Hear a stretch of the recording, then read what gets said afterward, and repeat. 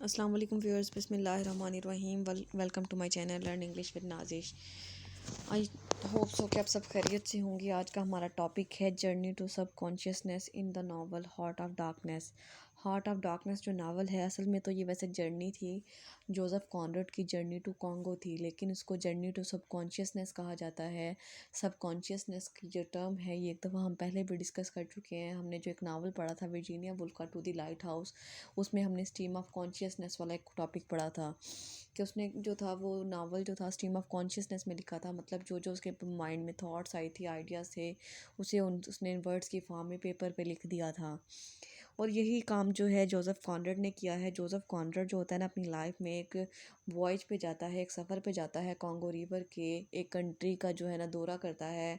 और उस सफ़र के दौरान वो जहाँ वहाँ पे जो जो चीज़ें देखता है, जो जो चीज़ें ऑब्ज़र्व करता है, जो जो चीज़ें उसके माइंड में आती हैं, वहाँ के करैक्टर लोगों को देख के, वहाँ के करैक्टर्स को देख के, वहाँ के इंसिडेंट्स को देख के, इवेंट्स को देख के, तो वो उन सब को जो है ना एक डायरी होती है उसके पास, उसमें नोट डाउन करता जाता है। तो हर चीज़ पे जो है ना वो बहुत ज़्यादा गौर व फ़िक्र करता है, बहुत ज़्यादा मेडिटेशन करता है।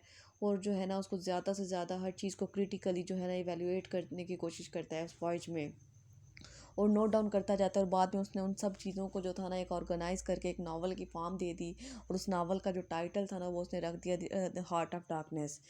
ये तो था हमारा जर्नी टू सब कॉन्शियसनेस। अब क्वेश्चन अपना स्टार्ट करते हैं। ये बहुत इंपॉर्टेंट आपका क्वेश्चन है, इसको आपने अच्छे से प्रिपेयर करना है, और अक्सर जो है ये पेपर में पूछा जाता है डिफरेंट यूनिवर्सिटीज़ में। और अगर अभी तक आपने चैनल को सब्सक्राइब नहीं किया तो प्लीज़ सब्सक्राइब माई चैनल, और अगर वीडियो अच्छी लगे तो लाइक कमेंट एंड शेयर ज़रूर करें। ओके, स्टार्ट करते हैं। Heart of darkness, journey to subconsciousness. The novel Heart of Darkness clearly shows the influence of psychology and psychiatry which were emerging as developed sciences in Conrad's time. अब heart of darkness जो novel है ना, उसमें साफ साफ दिखाई देते हैं, वाजिया नज़र आते हैं कि किस तरह से कॉनरेड के ज़माने में, कॉनरेड के टाइम में जो साइंस जो तरक्की कर रही थी, और उसके जो थे क्या असरात थे साइकोलॉजी पर, किसी के जहन पर, साइकेट्री, किसी की जहानत पर किस तरह से वो असरअंदाज होते थे, लोगों की थिंकिंग कैसी थी, उनके पॉइंट ऑफ व्यू कैसे थे। Heart of darkness gives us vivid description of the Marlowe's outward experiences in the Congo. अब इसको एक लेवल पे देखा जाए तो हार्ट ऑफ डार्कनेस जो नावल है ना, हमें मार्लो की आउटवर्ड एक्सपीरियंसेस पेज के बारे में जो है ना वजाहत देता है कि कांगो जब रिवर उसने जो था विज़िट किया था, of the thoughts and ideas which cross the mind during his stay in Congo.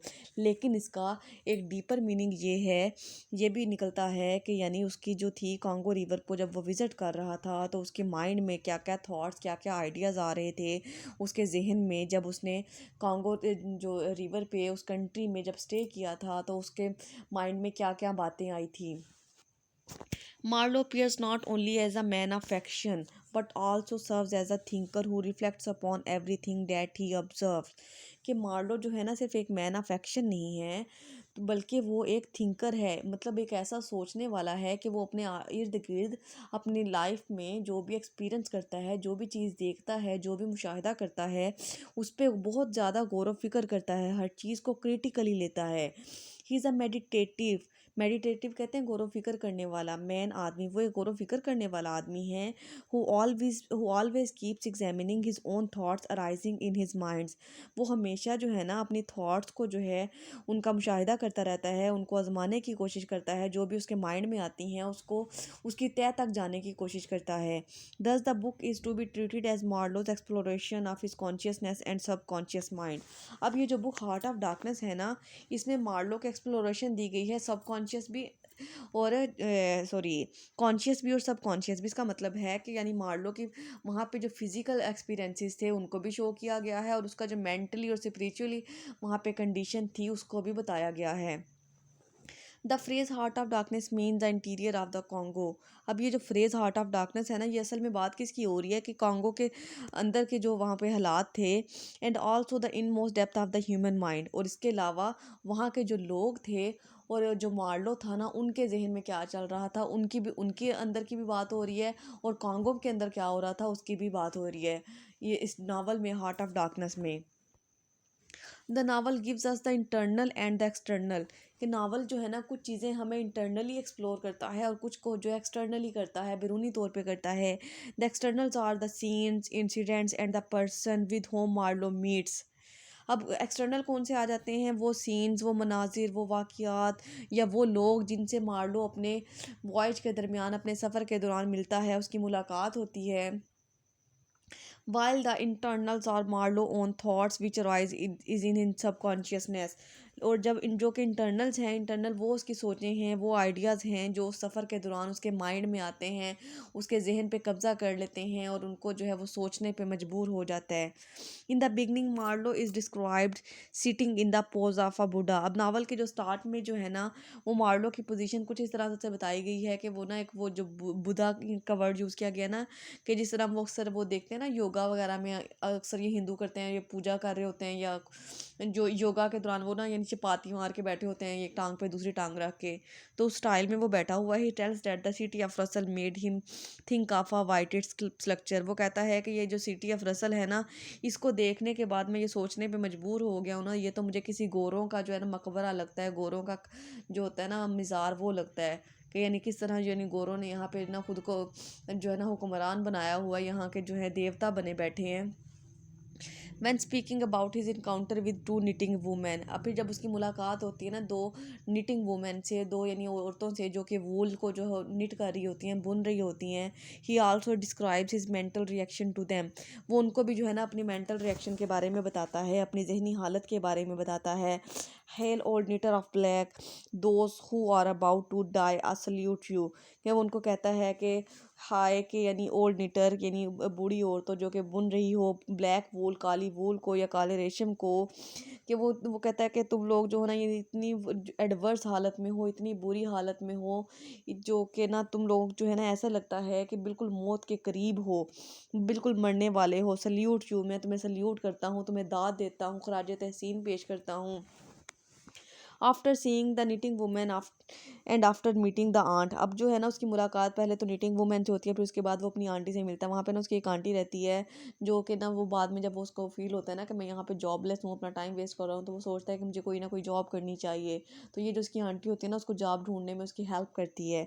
Marlowe feels as if he instead of going to the centre of a continent he starting for the centre of the earth. वो कहता है कि बजाय इसके कि मैं जो है ना बरसगीर के सेंटर से जो है ना स्टार्ट लूँ, बल्कि मैं वो कहता है कि मुझे ज़मीन के जो सेंटर है ना वहाँ से स्टार्ट लेना चाहिए। He describe the reaction to the doctor.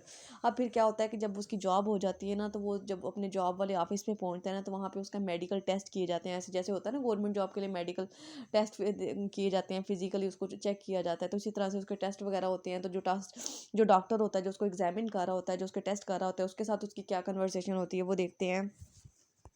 who examines him that during the travel through the Congo he really becomes a subject for a psychiatrist। वो कहता है कि कांगो का जो मैंने सफ़र किया है ना उसके दरमियान मैंने मेरे जहन में इतनी ज़्यादा बातें आ गई हैं, इतनी ज़्यादा सोचें हैं, इतने आइडियाज़ हैं कि अगर कोई साइकियाट्रिस्ट कोई साइकोलॉजिस्ट मेरे जो है ना मुझे अपना पेशेंट बना के मेरे माइंड को एग्जामिन करे ना, तो मैं उसके लिए बड़ा इंटरेस्टिंग सब्जेक्ट दूंगा, वो मुझसे बहुत नॉलेज गेन कर सकता है। साइकियाट्रिस्ट के लिए मैं बहुत जो है ना बेनिफिशियल साबित होऊंगा। The old doctor felt my pulse, के बूढ़े डॉक्टर ने मेरी जो नब्ज़ को महसूस किया। Evidently thinking of something else while, और उसे लगा कि कुछ है जो तुम्हारे सोचों में, तुम्हारे दिमाग में। गुड गुड फॉर देयर, अच्छा है, अच्छा वो सब होना चाहिए। ही मम्बल्ड, वो मुरमुराया। And then with a certain eagerness asked me whether I would let him measure my head. फिर उसने जो था ना मुझसे बहुत पोलाइटली जो था, बहुत आराम से जो था उसने पूछा कि क्या मैं आपके तुम्हारे हेड को मेयर कर सकता हूँ या उसकी पैमाइश ले सकता हूँ। Being a passenger of on a steamer. फिर अब उसकी जो है उसके पहले निटिंग वुमेन से भी उसकी मुलाकात होगी, उसकी आंटी से भी होगी, डॉक्टर से भी होगी। अब उसके बाद उसकी मुलाकात होती है यानी जब वो सफ़र कर रहा होता है स्टीमर पे, अपने बहरी जहाज़ पे सफ़र कर रहा होता है। Marlowe had no duties to perform, उसके पास कोई काम नहीं होता करने के लिए, बिल्कुल फ्री होता है, वेला होता है। And he felt his isolation among the members of the crew. और वो वहाँ पे मेम्बर्स होते हैं, वो यानी कश्ती में क्रू कहते हैं कि जो वहाँ पे आदमखोर इंसान होते हैं, मतलब यहाँ वहाँ पे जो लोग होते हैं ना उस कश्ती में, वो उसको बिल्कुल भी पसंद नहीं होते, उसको अच्छे नहीं लगते। हालांकि वो सारे भी वहाँ के सवार कुछ जो है कैप्टन हैं, कुछ जहाज़ के जो है मुसाफिर हैं, लेकिन उसकी उनके साथ बिल्कुल भी जो है ना नहीं बनती। वो खुद को उन सब के दरमियान में बहुत अकेला महसूस करता है। Then on seeing the warship firing, फिर वो वारशिप फायरिंग कहते हैं कि वो यानी जो जंग के दरमियान सॉरी जहाज़ के अंदर जो है ना वो जंगी सामान रखा जाता है ना कि कोई भी इमरजेंसी हो जाए तो असलहा वगैरह काम आ सके, फिर वो ना उसकी फायरिंग देखता है इनटू द फॉरेस्ट एमलेसली, कि वो यानी वारशिप जो है ना वो जंगल की तरफ बगैर किसी मकसद के बगैर किसी वजह के जो है फायरिंग कर रहे हैं। He finds the action of the warship unintelligible and feels a touch of insanity in it, और उसको ये चीज़ जो बड़ी फिजूल लगती है, उसे बड़ा गुस्सा आता है, वो कहता है कि ये तो पागल है जो इस तरह किसी की जान के साथ खेल रहे हैं, किसी को लग भी सकती है, तो कोई उसको ये चीज़ जो है ना बहुत जो है ना इरिटेट करती है। Later he sees half a dozen black man link together with a chain, फिर वो देखता है कि कुछ तकरीबन आधे दर्जन आदमी हैं, ब्लैक मैन हैं, सियाह लोग जो हैं, सियाह फाम जो कौम होती है, वो एक दूसरे के साथ उनको जो है ना जंजीरों में बांधा हुआ है। This sight produce a deep effect on Marlow, अब ये मंजर जो है ना वो उस पे उस बड़ा असर करता है, बड़ा उसको जो है ना दुख होता है इससे, giving rise to awful thoughts in his mind, और वो जो है ना कुछ उनके बारे में बहुत हमदर्दी रखता है और उनके बारे में सोचने लगता है, मेडिटेशन करने लगता है। इसके बाद ये रिब जो है कोटेशन है, ये आपने करनी हो कर ले, वैसे स्किप भी कर सकते हैं। I could see every rib joints of their limbs were like knots in a rope, के वही उनकी बात हो रही है ना कि किस तरह उनको जो है वो बांधा हुआ है एक दूसरे के साथ। Each and had an iron collar on his neck, सब ने जो है ना लोहे के जो कॉलर होते हैं ना वो उनके जो लिबास होते हैं एक जंजीरों जैसे, वो उन्होंने पहने हुए हैं। And all were connected together with a chain whose bites swung between them rhythmically clinking, और यानी फिर उनकी जो है ना उनके गलों पे जो है वो चेन्स के साथ एक दूसरे को उनको बांधा गया है, और वो जब यानी चलते हैं तो उनकी चलने की क्लिंकिंग की जो है ना आवाज़ आती है, उनकी खनखनाहट की जो जंजीरों की आवाज़ सुनाई देती है। While in Marlowe's encounter with manager of the central station, फिर उसकी मुलाकात होती है, उसका इंटरव्यू होता है सेंट्रल स्टेशन के मैनेजर के साथ। And the brick maker also gives rise to many thoughts in his mind, इसके अलावा वहाँ पे जो ईंटें बनाने वाला होता है ना वो भी उसके माइंड को, उसकी थॉट्स को जो है ना बड़ा असरअंदाज होता है, वो उसके बारे में भी काफ़ी सोचता है। The manager seems to be a man with nothing inside him, अब मैनेजर के बारे में उसके क्या ख्यालात हैं मार्लो के, वो कहता है कि इसके अंदर कुछ भी नहीं है, ये बिल्कुल खोखला आदमी है। While the brick man while the brick maker appears to be cunning, और जो ब्रिक मेकर है ना वो उसको ऐसा लगता है कि बहुत साजिशी है, बहुत होशियार है, बहुत जासूस है, बहुत चालाक है। He makes no bricks but acts as a spy for the manager, वो कहता है कि ये कोई ईंटें शींटें नहीं बनाता, कोई अपनी ड्यूटी परफॉर्म नहीं करता, बल्कि ये तो सिर्फ यहाँ पे ना नाम का ईंटें बनाने वाला है, बल्कि असल में जो इसका ये काम कर रहा है ना ये मैनेजर का जासूस है। He further says that no man can convey to others a dream sensation of life, sensation of his existence. ये skip कर दें, ये आपने नहीं करना। Marlowe then adds, we live as we dream alone. आगे देखिए, Marlow continues to meditate upon whatever he sees and overhears, फिर मार्लो जो है ना जो कुछ भी देखता है, जो कुछ भी महसूस करता है ना उसके बारे में गौर फिक्र करने शुरू कर देते हैं। At the very outset he says that in performing the daily duties a man comes to note the surface reality of life, वो कहता है उसका ये मानना है कि यानी डेली ड्यूटीज जब कोई भी बंदा परफॉर्म कर रहा होता है ना तो उसको बहुत से हकाइक का पता चलता है, बहुत सी चीज़ें उसके सामने आती हैं, बहुत सी चीज़ें अनवील हो जाती हैं। If command of a steamer on river Congo, Marlow feels like a blindfolded man driving a motor van over a bad road, अब जब वो ना एक स्टीमर पे बहरी जहाज़ पे सफ़र कर रहा होता है ना कांगो का, उसे ऐसा लगता है कि यानी वो बिल्कुल जो है ना ब्लाइंड फोल्डेड मैन है, कि जिसके को ना बिल्कुल अंधा कर दिया गया है, जिससे सब कुछ छुपाने की कोशिश की जा रही है। Driving a motor van over a bad road, और जो वो ना किसी बुरी सड़क पे यानी जो टूटी फूटी सड़क है उसके ऊपर ड्राइव कर रहा है जहाँ पे उसको ख़तरे ही ख़तरे हैं। Then Marlow describes his reaction to the scenery which he witness he says, फिर उसके अलावा जब वो वहाँ की सीनरी देखता है ना वो वहाँ के जंगलात के बारे में जो बात कर रहा है, he says we penetrated deeper and deeper into the heart of darkness, वो कहता है कि जैसे जैसे हम आगे बढ़े हैं ना हम हार्ट ऑफ डार्कनेस में जो है हार्ट ऑफ डार्कनेस की गहराई में जाते जा रहे हैं। Marlow discusses a book on the subject of seamanship in the deserted hut, फिर मार्लो को जो है ना वहाँ पे सीमैनशिप एक ना वहाँ पे एक होता है सहरा में ना एक झोंपड़ी सी बनी हुई होती है, वहाँ पे उसको सीमैनशिप के मौजू पे एक किताब मिलती है। Such a book being found in that hut was something wonderful, वो बड़ा हैरान होता है कि ये किताब जो है इस झोंपड़ी में क्या कर रही है, इसका ये क्या काम है। says Marlowe, but still more surprising were the notes written in pencil in the margin. फिर वहाँ पे उसको कुछ नोट्स मिलते हैं, वो नोट्स को देखता है कि यानी वो ना पेंसिल से ना मार्जिन लाइंस ड्रा की हुई हैं. The note seem to be in cipher. Later Marlowe learns that note were written not in a क्लिफर but in the Russian language. पहले उसको लगता है कि ये कोई क्लिफर लैंग्वेज है उसमें लिखे गए हैं, लेकिन बाद में उसको पता चलता है कि ये क्लिफर नहीं बल्कि एक रशियन लैंग्वेज है, उसमें उनको लिखा गया है.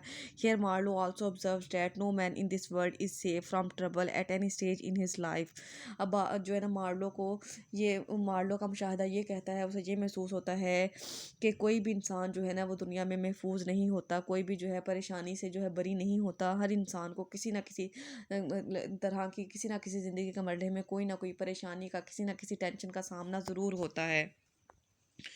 Marlowe's reflection upon his cannibal crew are also noteworthy. Cannibal crew कहते हैं कि वो लोग जो यानी आदमखोर होते हैं, इंसानों का भी जो है ना वो यानी अपने मुफाद की खातिर, अपने फ़ायदे की खातिर किसी को भी नहीं बख्शते. Marlowe feels amazed on to find that in spite of their gnawing hunger they did not kill the white man on board. अब वो जो ब्लैक पीपल की बात हो रही है कि वो इतनी उनकी बुरी हालत है, इतनी गुर्बत है, इतना उन पे फाके छाए हुए हैं, लेकिन इसके बावजूद जो है ना वो वाइट मैन को जो है मार नहीं सकते, उनको कुछ कह नहीं सकते, क्योंकि वाइट मैन जो है वो पावर में ज़्यादा हैं, वेल्थी हैं, तो वो उनके पे हुकूमत कर रहे हैं. तो इस वजह से जो ब्लैक पीपल हैं वो बहुत मजबूर हुए हैं, बहुत मजबूरी के हालात से गुजर रहे हैं. Marlowe looks at these cannibals with great curiosity. Marlowe जो है ना वो इन कैनिबाल्स को बहुत जो है ना तजस्सुस के साथ देखता है. He ask whether it was superstition, patience, fear, or some kind of a primitive honor which prevented those cannibals from attacking the white men. अब वो कहता है कि यहाँ पे या तो इनका कोई ऐसा वहम अब वहाँ इन्होंने पाला हुआ है, कोई इनकी यानी जो होती है ना, जैसे हम कोई अकीदा गलत जो है वो अपने जहन में रख लेते हैं, या फिर इनका सब्र है, या फिर इनको कोई किसी चीज़ का खौफ है, या फिर इनके यानी कोई जो यानी मिस्टर कर्ट्स के बारे में असल ये बातें हो रही है ना कि मिस्टर कर्ट जो वाइट मैन है वो उन पर किस तरह से अपनी हुकूमत कर रहा होता है, अपने आप को जो है उनको उसने अपना देवता बनाया होता है और उनको अपना गुलाम बना के ट्रीट कर रहा होता है. Which prevented those cannibals from attacking the white man. के शायद वो कहता है कि इन वजूहात की बिना पे हो सकता है कि वो वाइट मैन पे अटैक ना करें हो, या तो वो किसी खौफ में मुब्तला हैं, या फिर कोई वहम में है, या फिर वो सब्र कर रहे हैं, या किसी चीज़ से डरते हैं. Marlowe says it takes a man all his inborn strength to fight hunger properly. कि वो कहता है कि ये इंसान होता है कि वो अपनी सारी ताकत लगा देता है, यानी जब वो अगर वो उसे भूख लगी हो ना, तो वो भूख में बंदे को कुछ नज़र नहीं आता, तो कुछ भी मिल जाए, कीड़े मकोड़े हों, कोई भी चीज़ हो, जब इंसान भूख से मार रहा होता है ना तो वो कुछ भी खाने को तैयार हो जाता है. तो वो कहता है कि यार ये लोग जो हैं इतने भूखे हैं, तो ये वाइट मैन को क्यों नहीं कह रहे, क्यों अपने हक़ के लिए आवाज़ नहीं उठा रहे. Then Marlowe gives reflection upon the helmsman killed by a native. The gloomy and scary expression in the dead helmsman's eye haunts Marlowe. He says that helmsman has been lacking of self-restraint. There are also Marlowe's reflection upon Mr. Kurtz. He has been told that Mr. Kurtz has पहले यहाँ तक बात करते हैं कि यानी फिर उसको जो है ना एक हेल्थमैन की जो है एक हेल्थमैन ना उसको कहते हैं, मलाह को कहते हैं, कि उसकी जो है ना वो एक लाश नज़र आती है, उसकी डेथ हुई नज़र आती है, कि यानी उसको जो है नेटिव्स ने जो है वहाँ के रहने वाले लोगों ने मारा है. वो ये सब कुछ देख के जो है ना वो बड़ा परेशान हो जाता है, बड़ा सैड हो जाता है. उसके बाद जो है ना वो हेल्थमैन जो है ना वो कहता है कि उसको इस वजह से शायद मारा गया था कि उसके अंदर सेल्फ रेस्ट्रेंट नहीं था, उसका अपने आप पे काबू नहीं था, वो अपने इमोशन पे, अपने पेशेंस पे कंट्रोल नहीं था रख सकता. There are also Marlowe's reflection upon Mr. Kurtz. He has been told that Mr. Kurtz had collected more ivory than all other agents taken together. Mr. Kurtz was gifted with eloquence. अब mister कर्ट्स जो है ना वो बड़ा ही होशियार किस्म का आदमी है, बड़ा क्लेवर एजेंट है, और उसके बारे में ये कहा जाता है कि उसने जो जितने भी वहाँ पे लोग थे ना, जितने भी एजेंट थे ना, जितने भी मैनेजर थे ना, उनमें सबसे ज़्यादा आइवरी को इकट्ठा किया, क्योंकि आइवरी जो थी ना उनके टाइम में बड़ी वो कीमती धात समझी जाती थी, और उसको जो था ना बड़ा जिसके पास होती थी ना वो बड़ा अमीर बंदा समझा जाता था. तो मिस्टर कर्ट्स जो यानी वहाँ पे जब उनको सिविलाइज़ करने के इरादे से गया था, इस आइडियल से गया था, लेकिन वहाँ पे जाके जब उसको पता चलता है कि यहाँ पे आइवरी जो है ना वो बहुत ज़्यादा मिकदार में है और यहाँ के लोग उसको इस्तेमाल नहीं करते, तो फिर वो अपने मकसद से हट जाता है और आइवरी को इकट्ठा करने में लग जाता है. Marlowe also gives his own intriguing reaction in telling the facts about mister Kurtz. अब मार्लो के जो हैं थॉट्स का अंदाज़ा हमें होता है, उसके पॉइंट ऑफ व्यू का अंदाज़ा होता है जब वो मिस्टर कर्ट्स के बारे में कुछ हकायक पेश कर रहा है। Mister Kurtz has now become an embodiment of evil. वो कहता है कि मिस्टर कर्ट्स जो था ना, अब तो बिल्कुल एक जो बुराई का मुजस्मा होता है ना, वो बन चुका है। To Marlowe it seems that mister Kurtz has taken a high seat among the devils of the land. वो मार्लो कहता है कि मिस्टर कर्ट्स ने, यानी जो ज़मीन के देवता है ना, जो ज़मीन के शैतान है ना, उनके दरमियान में बड़ी हाई पोजीशन ले ली है, बड़ा हाई रैंक उसने ले लिया हुआ है। Mister Kurtz repute has begun to cast upon Marlowe's mind. अब मिस्टर कर्ट्स की जो रेपूटेशन है ना, वो उसको उसकी असलियत का मार्लो को जो है ना पता चलने लग गया है। वो मार्लो जो है उसकी हकायक से वाकिफ़ हो चुका है। Marlowe later become a devoted friend of mister Kurtz and began to admire him despite his demonic character. हालांकि मार्लो को ये सारा कुछ पता है कि वो अच्छा करेक्टर नहीं है, एक बुरा इंसान है, लेकिन उसके बावजूद जो है ना बाद में उसकी मिस्टर कर्ट्स के साथ दोस्ती हो जाती है और वो उसकी तारीफ़ें करना शुरू कर देते हैं। Mister Kurtz was the nightmare of his choice. उसको जो है अपनी मर्जी का जो है ना नाइट मेयर कहा जाता है। When mister Kurtz has slipped away from the ship of the into the forest, Marlowe shows the loyalty by bringing him back. अब जब मिस्टर कर्ट्स जो है ना वो बहरी जहाज़ में जब सवार हो रहे होते हैं तो वहाँ से स्लिप हो जाते हैं ना, तो जंगल में जाते हुए, तो मार्लो जो है ना अपनी वफादारी का सबूत देता है और उसको वापस लेके आता है, बाहर निकालता है। When mister Kurtz fiancee ask him what mister Kurtz last words before death had been. फिर मिस्टर कर्ट्स की मुलाकात जो सॉरी मार्लो की मुलाकात ना मिस्टर कर्ट्स की डेथ के बाद उसकी फियांसी से होती है, उसकी अटेंडेंट से होती है, जो उससे पूछती है कि मिस्टर कर्ट्स के मेरे बारे में क्या ख्यालात थे। तो वो उससे झूठ बोलता है कि मिस्टर कर्ट्स की जब डेथ हुई है ना, वो तो लास्ट वर्ड जो थे ना वो तुम्हारा नाम ले रहा था। Marlow also tells her a lie and says the last words he pronounced was your name, के यानी उसने जो आखिरी लफ्ज़ अदा किए थे वो तुम्हारा नाम था। As Mr. Kurtz had done no favor to Marlowe, this loyalty can only be taken as Marlowe's own response to the primitivism and barbarism. अब मार जो मिस्टर कर्ट्स का जो करेक्टर है ना, उसको उसका कोई भी रोल नहीं है। उसने वो यानी उसने जो उसको जो ड्यूटीज़ दी गई थी कि तुमने जो है एक लैंड पे जाना है जहाँ पे बहुत ज़्यादा जो बारबरिज़म है, बहुत ज़्यादा जहालत है, तुमने उसको ख़त्म करना है। लेकिन वो वहाँ पे जाके उसने क्या किया था, वो तो उनके जैसा बन गया था। वो भी खुद उनके अनसिविलाइज्ड कल्चर का हिस्सा बन गया था। उसने वो सारे उनके कस्टम्स को, ट्रेडिशंस को अडॉप्ट कर लिया था। If Marlowe had stayed for some time longer in the Congo, he too would have followed the same path which mister Kurtz had begun to tread. अब वो कहते हैं कि अगर मार्लो यानी कुछ अर्सा मजीद वहाँ पे रह जाता ना कॉन्गो में, तो उसने भी जो था ना बिल्कुल मिस्टर कर्ट्स की तरह बन जाना था। उसने भी मिस्टर कर्ट्स की तरह वहाँ के लाइफस्टाइल को, वहाँ के जो था बारबरिज्म था ना, उसको अडॉप्ट कर लेना था। It is here that we really find Marlow subconsciousness mind working. अब हमने इतने सारे पॉइंट्स पढ़े हैं कि मार्लो हर चीज़ के बारे में, हर इंसिडेंट के बारे में, हर करेक्टर के बारे में क्या सोचता है, किस तरह उनको अपने थॉट्स, अपने आइडियाज़ के बारे में जो है एक्सप्लेन करता है। Marlow has been able to convey to us directly and subtly the influence of Mr. Kurt's primitivism upon himself. अब इसमें जो है मार्लो ने हमें मिस्टर कर्ट्स की प्रिमिटिविज्म कहते हैं इब्तदाई यानी अनडेवलप्ड, यानी उसकी जो अनडेवलपमेंट थी उसके बारे में बहुत इनडायरेक्टली और मुनासिब अल्फाज में हमें बताया है। In the last one third of the novel Marlow tries to lay bare his subconsciousness mind. तो इसने यानी इस नावल जो है हमारा, इसका तकरीबन जो थर्ड वन हिस्सा है ना, वो हमें मार्लो की सबकॉन्शियसनेस के बारे में बताता है, मार्लो की थिंकिंग्स के, उसकी थॉट्स, उसके आइडियाज़ के बारे में बताता है। आई होप सो कि आपको क्वेश्चन की अच्छे से समझ आ गई है। अगर कोई भी एम्बिग्यूटी हो तो आप मुझे कमेंट बॉक्स में पूछ सकते हैं, और अगर वीडियो अच्छी लगे तो लाइक कमेंट एंड शेयर ज़रूर करें। अल्लाह हाफ़िज़।